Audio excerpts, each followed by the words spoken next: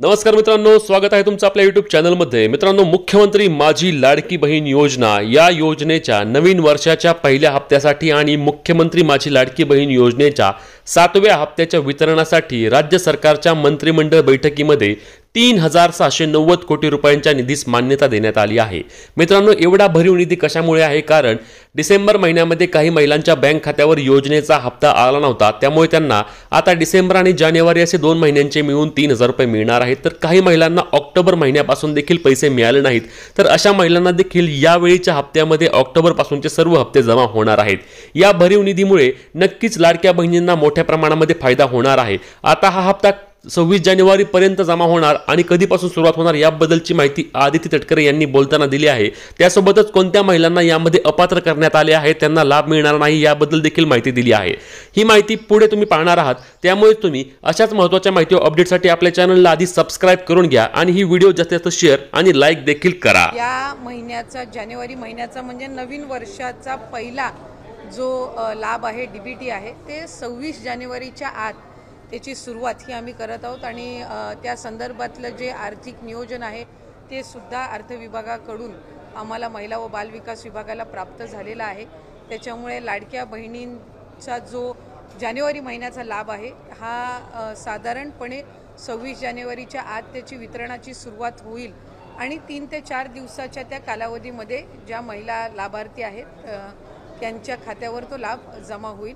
मला आपल्या माध्यमातून सर्व लाडक्या बहिणींना आज जानेवारी महिन्याच्या संदर्भातले अनेक माध्यमांकडून सुद्धा विचारलं जात होतं आणि बऱ्याचशा लाभार्थ्यांकडून सुद्धा साधारणपणे तो प्रश्न उपस्थित केला जात होता।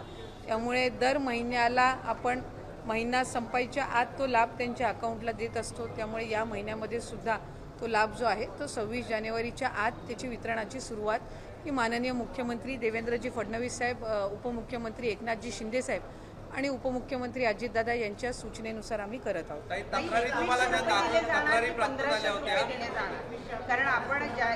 ताई, या संदर्भामध्ये आम्ही आधी सुद्धा बऱ्याचशा वेळेला स्पष्टीकरण दिलेलं आहे।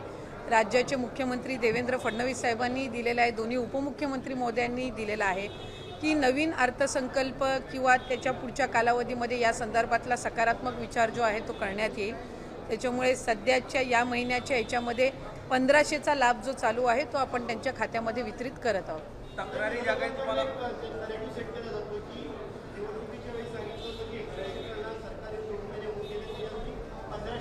नाही, विरोधकांनी तर सुरुवातीपासून या योजनेवर टीकाच केलेली आहे। त्याच्यामुळे सुरुवातीला तर ते म्हणायचे की 1500 सुद्धा राज्याला कुठंतरी आर्थिकरित्या खपाट्याला नेण्याचं काम हे सरकार करत आहे, महायुतीचं सरकार करत आहे, असे वेगवेगळे त्यांनी आरोप केलेले आहेत। त्यांनी त्यांच्या मॅनिफेस्टोमध्ये सुद्धा 3000 ते करतील अशा पद्धतीचं त्यांनी काही घोषणा त्यावेळेला केलेली होती।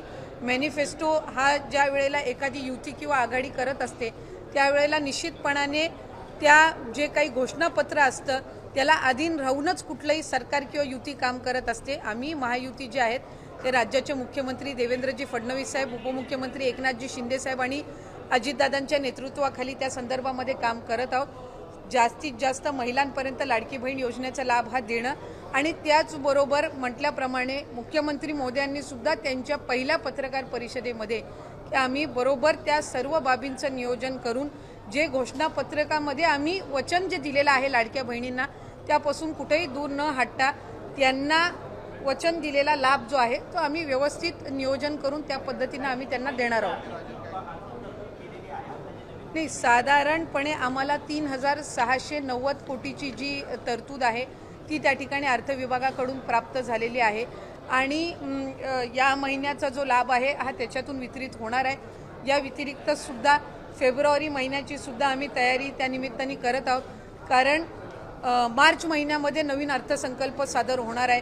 त्याच्यामुळे साधारणपणे जानेवारी महिन्याचा लाभ हा आम्ही 26 जानेवारीच्या आत डीबीटी करायला सुरुवात करून त्या महिन्याच्या त्या 3-4 दिवसाच्या या महिन्याच्या कालावधीमध्येच कसा त्यांच्या अकाउंटला पोचेल ही आम्ही खबरदारी घेणार आहोत। फेब्रुवारी महिन्याचं नियोजन सुद्धा आम्ही त्या पद्धतीनं करत आहोत आणि अर्थसंकल्प सादर झाल्यानंतर त्यावेळेला सुद्धा प्रत्येक महिन्यामध्ये कुठेही खंड पडता कामा नये या पद्धतीची आम्ही उपाययोजना विभाग म्हणून घेत आहोत। काही तक्रारी आलेल्या आहेत का? तक्रारी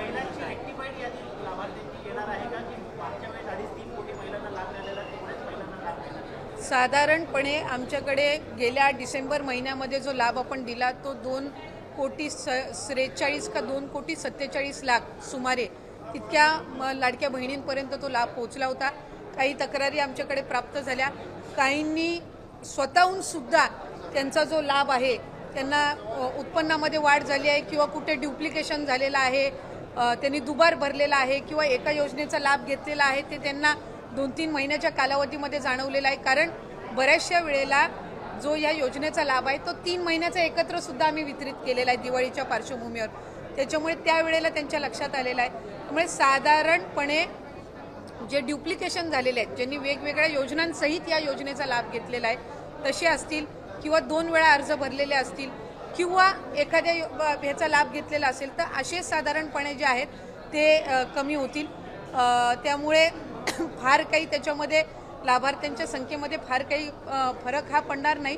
स्वइच्छेने आणि अशा काही क्रॉस व्हेरिफिकेशनमध्ये किंवा खालून स्थानिक प्रशासनामधनं ज्या तक्रारी आलेल्या आहेत त्यातून जी काही थोडीफार कमी होतील ते, आणि इतर जी क्रॉस व्हेरिफिकेशन आहे ज्यांचं उत्पन्नाचं आणि इतर दाखले अजून सबमिट झालेले नाही आहेत हे ग्रॅज्युअली होत राहील.